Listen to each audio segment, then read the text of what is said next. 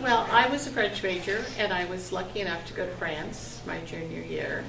And it was a frightening but exhilarating experience because I was with a group of 14 other students, and we had never really been away from home other than going to Otterbein. So here we were getting on a ship in Montreal, Canada, to sail to France, along with a bunch of elderly people from Holland who had just been to the World's Fair in New York.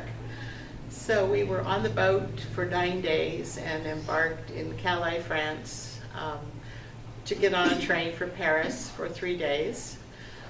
This was October, which was much later than the school year in Ohio. So we took the train then to Strasbourg and quickly found out that we had to draw straws for the dorm space.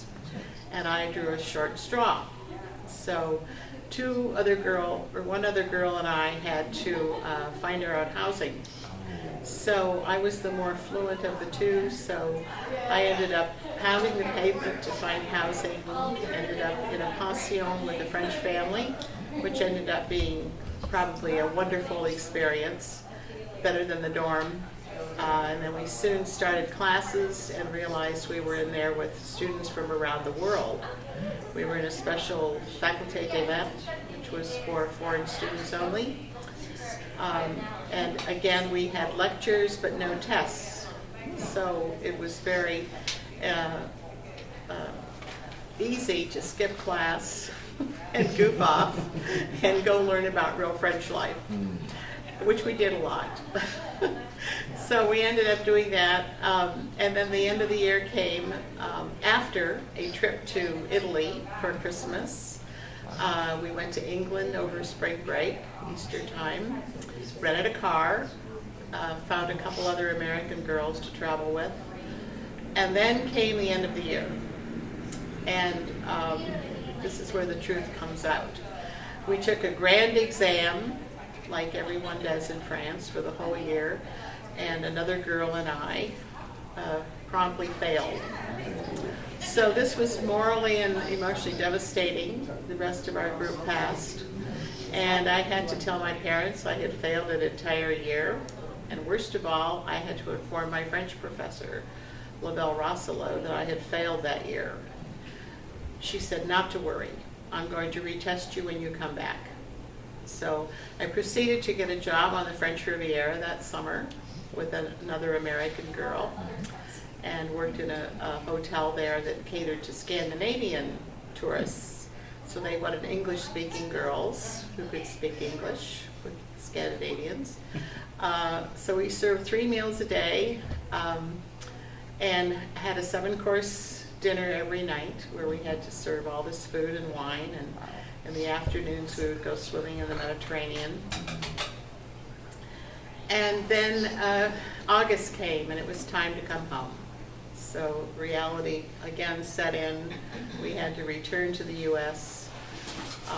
And we all, at least I, flew out of Luxembourg on Icelandic Air and came back to the U.S. to start my senior year at Otterbein.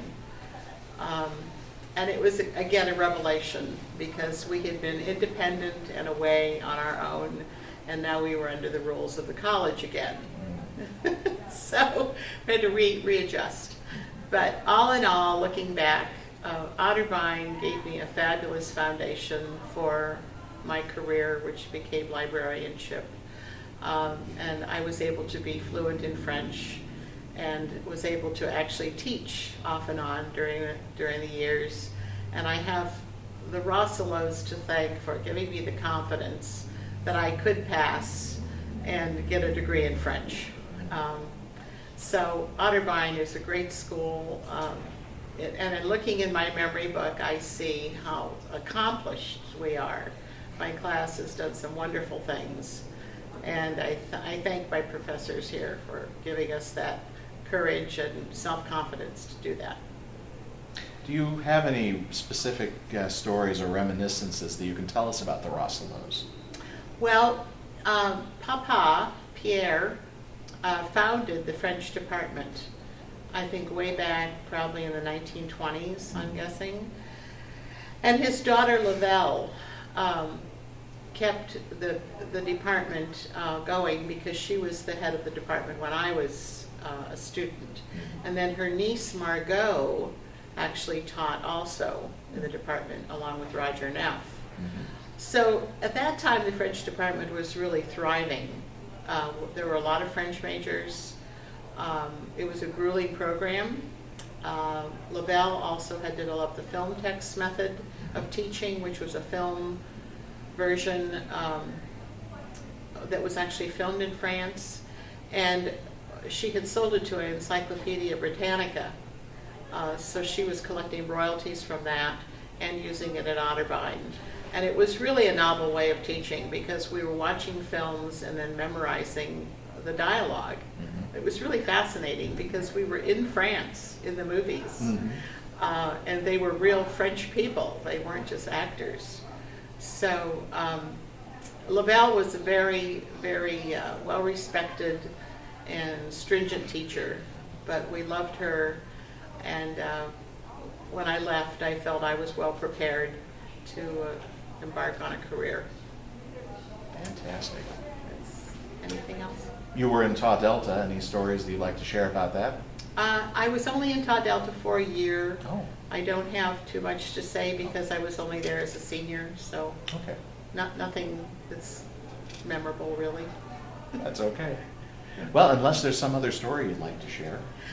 Just that I did come back to work at Otterbein in 1987 as a librarian after I got my MLS, and it was just a shot in the dark that I would even come here, but John Becker had died and there was a job opening, and I happened to call at the right time and was told, yes, we have a job, come down here and talk to us. I was at Adrian College at the time. So I came down and was hired to run the periodicals department, which began a 12-year career, which I loved being back on the campus and seeing the changes. So I do love Otterbein.